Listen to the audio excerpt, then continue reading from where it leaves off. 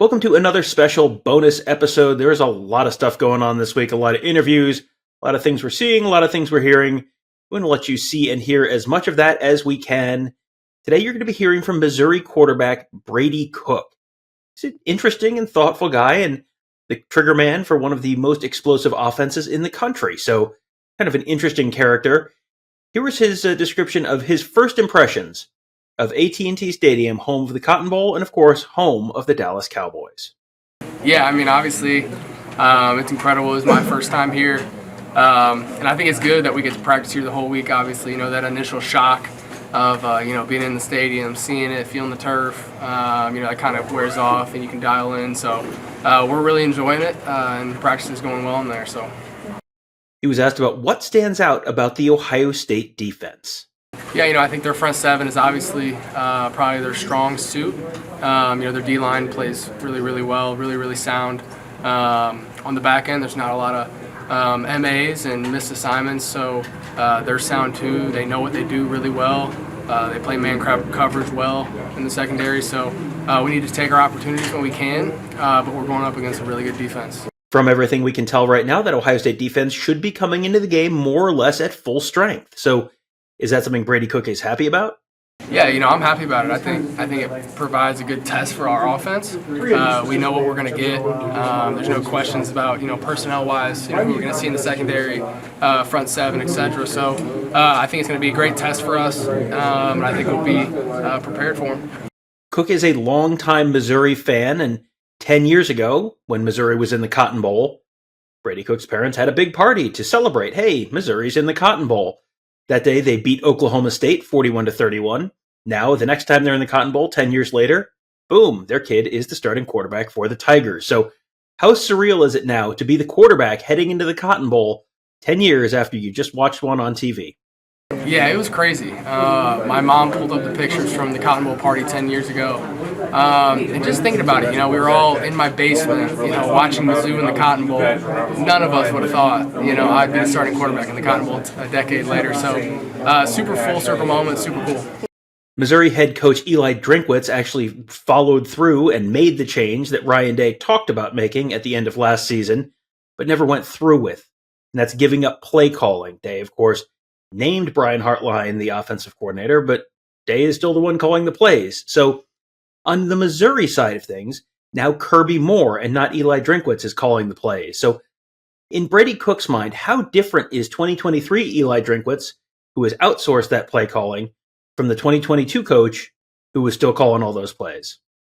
Yeah, I think it's been a big move for him. I think it's helped him a lot. I can see it. I can see it in the way he interacts with the team and the way and what he's focused on. I don't think he's as stressed out. Coach Shrink, you see this? I don't think he's as stressed out, to be honest with you. I think he's focused on keeping our team ready to play.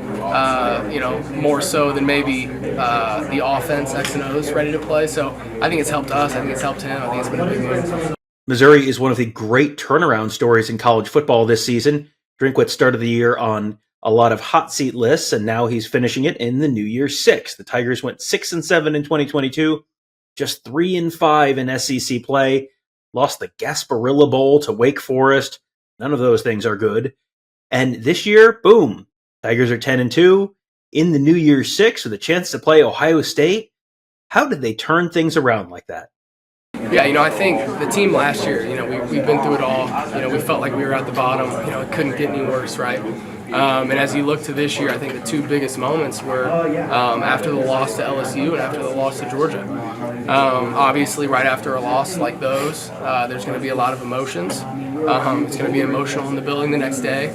But the difference between this year and last year is that we bounced back so quickly. We took the emotion out of it. We watched the tape, knew what we needed to do. And we bounced back both weeks with the wins the following. So I think that's the difference, and just the ability of the leaders of this team, the coaches, the players to bounce back, brush it off. And now we're going to close this out with a series of questions that I asked Brady Cook about the Ohio State defense, some of his weapons on offense, including former Ohio State transfer Mookie Cooper and former Ohio State recruit Luther Burden, and a couple other things. Just figure we'll just let this play out straight through. Brady, Ohio State schematically on defense, is there someone that you guys played this year that they maybe remind you of, just in terms of what they try to do, not necessarily personnel? Yeah, no one specific comes to mind. They run a lot of coverages and different packages that we've seen this year, no doubt. But they have a 3-high structure that I can relate it to K-State a little bit. Their man looks, you can relate them to Georgia a little bit. I see different 1-high zone looks that kind of relate to Tennessee. So, kind of piece them all together throughout this month in bowl season and find different looks that you've seen before, go back, watch them. It's really come together. So, Mookie obviously started his career at Ohio State. Yeah. Now gets to play Ohio State. I guess first of all, what does he bring to your offense? What has he meant to your team this year, and to your offense in particular? Yeah, honestly, consistency. And I know he's going to be there when I need him. He's made big plays for this team. He's a big part of the receiving corps. And some of the catches he's made this year, big time moments. Florida 2-minute drive at the end of the game to win. He made that catch, ran his route perfect on the spot, and you see that with Mookie. You're going to see him make big plays in this game, and I can't wait to see him. Does he have a little extra something for this game? Yeah, no doubt. This one's definitely a full circle, personal type feel for Mook. He's been in that locker room. He's been on that side. One of those full circle things. He's right back. Now at Mizzou in the Cotton Bowl playing against his old team. So super cool. And you've got a really talented and deep receiver room between Luther and Theo and Mookie. What do each of those guys bring? In terms of a different. They each kind of do a little bit of a different thing for you. Right. What do each of those guys bring that's sort of unique? Yeah, Luther's, you guys know Luther. He's the everything guy. He's the playmaker, the explosive, the guy you see on ESPN every night, right? Theo's that big target.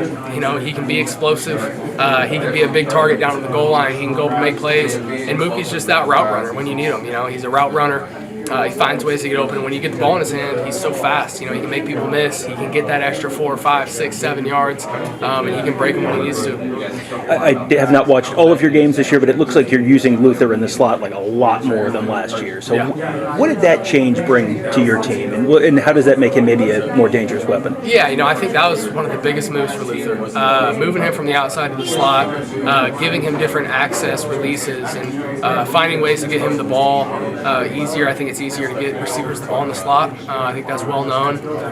So I think it's a big move for him. It gave him confidence. It allows him to run routes he's been comfortable with from high school. That was a big move for him.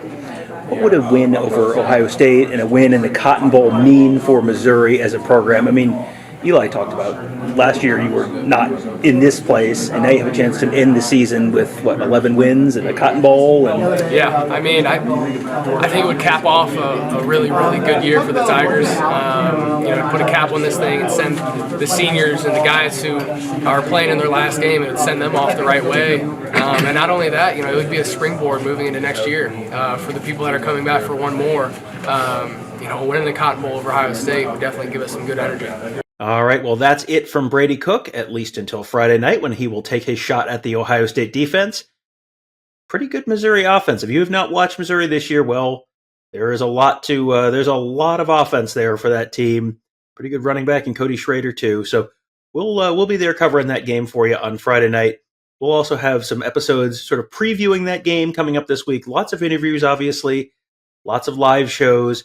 Tony Gerdeman and I are planning to do a rewatch of one of Missouri's big games this year against LSU. Just did that last year with Georgia, and everyone seemed to enjoy that. Get some insight on what it's like to, what those teams really are like, other than just the sound bites that you hear. So we'll do one of those episodes. Make sure you're subscribed to our YouTube channel, youtube.com/BuckeyeHuddle. Make sure you hit that bell so you get notified. Make sure you hit the thumbs up on this video and all the other videos you watch there. Leave us a comment as well. That helps folks find those as well. If you're listening on a podcast platform, well, leave us a 5-star rating and review there. It helps as well. And finally, we would love it to see you at BuckeyeHuddle.com on the Huddle board presented by Jeff Ruby Steakhouse. That is our insiders only board, members only board. You can find us there. We would love to see you there as well. That is another great way to support us and all the work that we do. Thank you guys all for joining us. We will see you next time.